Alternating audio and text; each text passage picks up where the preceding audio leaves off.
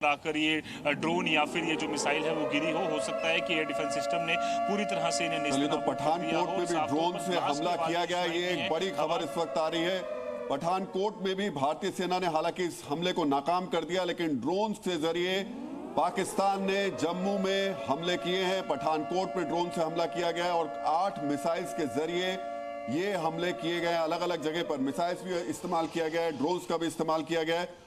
अमित, आरएसपुरा में भी ड्रोन्स के हमले की खबर है, कुछ पता चल पा रहा है आपको किस जगह पर ये खास तौर से टारगेट किए गए?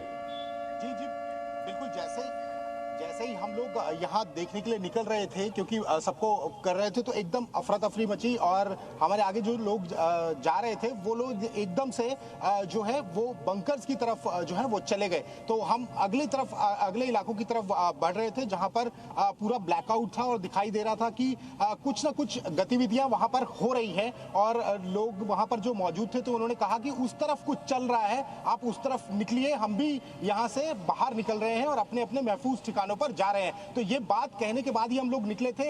हम वहां पहुंचना चाहते थे कि क्या लोग सुरक्षित है कि नहीं, ये देखना चाहते थे और अभी हम निकले हैं। ब्लैकआउट ऑलमोस्ट पूरी जगह हमने दिखाई भी कि किस तरह से पूरा ब्लैकआउट है और इंटरनेशनल बॉर्डर्स के आसपास पूरी तस्वीरें हम लोग दिखा रहे थे और लगातार लोग जो थे वो महफूज जगहों पर जा रहे थे, क्योंकि उससे पहले जब हम वहां पहुंचे थे तो लोग बंकर्स के अंदर जो है वो जा रहे थे। हमने उस समय डिस्क्लोज नहीं की क्योंकि ये थोड़ा सा संवेदनशील हो सकता था। हम आगे बढ़ रहे थे और अभी भी हम बढ़ रहे हैं। सिस्टम को एक्टिवेट कर दिया गया है और इस सिस्टम ने कई मिसाइल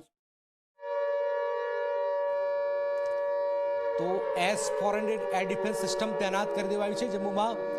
જમ્મુ કાશ્મીર રાજસ્થાન પંજાબની બોર્ડર પર બ્લેકઆઉટ કરી દેવાયું છે। એક પછી એક પંજાબના ગુરદાસપુરમાં પણ બ્લેકઆઉટ કરાયું છે। આરએસપુરા અને કુપવાડામાં પણ આ હુમલો થયાના સમાચાર છે।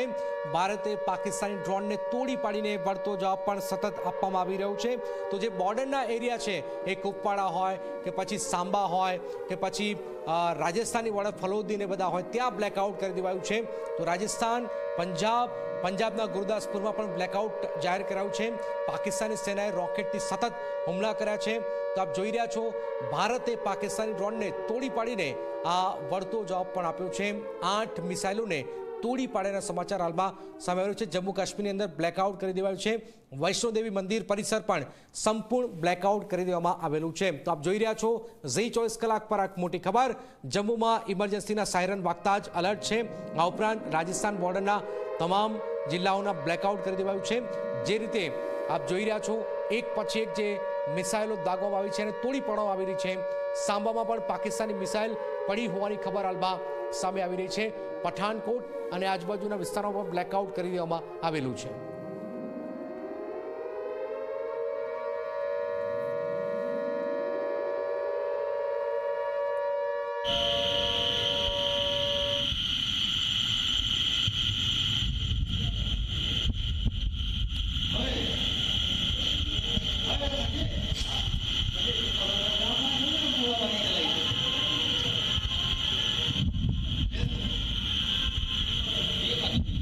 कहा जा रहा है कि ये ड्रोन अटैक की आवाज है, लेकिन हम फिर बता दें आपको कि अभी तक आधिकारिक तौर पर किसी भी तरीके के हमले की जो पुष्टि है वो नहीं की जा रही है। लेकिन जो खबरें निकल कर आ रही हैं उसमें ये बताया जा रहा है कि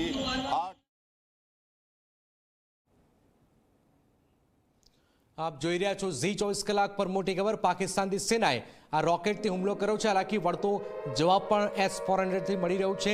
બોર્ડરના જે વિસ્તારો જે છે એ વિસ્તારોની અંદર પર આપ જોઈ રહ્યા છો બ્લેકઆઉટ કરવામાં આવેલું છે।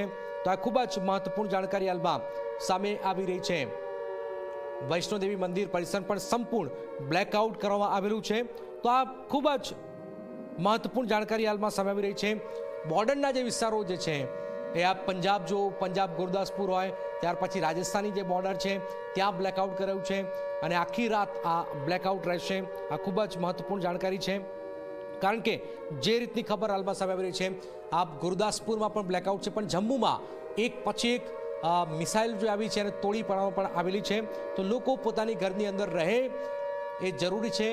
જમ્મુમાં તો S-400 એર ડિફેન્સ સિસ્ટમ તૈનાત કરી દેવાયું છે અને 8 મિસાઇલોને તોડી પાડી છે। આપ જોઈ રહ્યા છો એક પછી એક 8 મિસાઇલોને તોડી પાડવામાં આવી છે।